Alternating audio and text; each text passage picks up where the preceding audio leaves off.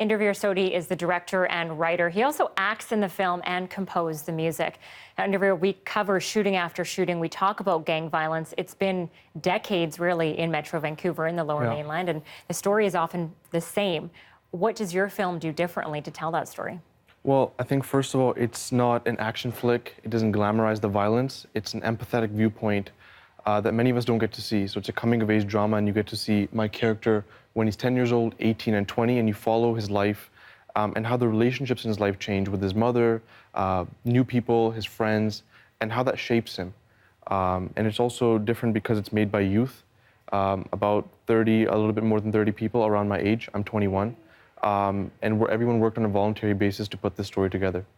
Okay, so that is you. You are acting in the film. Did you take from any personal experience to create it? Part of the character Harman, like his relationship with his mom in the film is very much derived from my personal life. But everything else is an accumulation of people I saw growing up in high school, people I've heard about on the news. So the character is a composite of all those people. And the story was written by looking back at all the experiences and seeing how people changed. Yeah, and I think a thing that was a little hard to do was pick up the nuances, because I really hope when you see the film, you don't see me.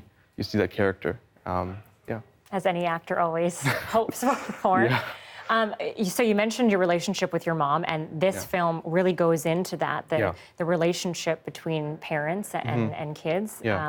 How and why did you choose to base that? Part of the inspiration for making the film came from my relationship with my mom and how close she is with me, and how much I cherish that connection. And I know so many guys who are part of this environment or get caught up in that lifestyle have that same relationship, you know?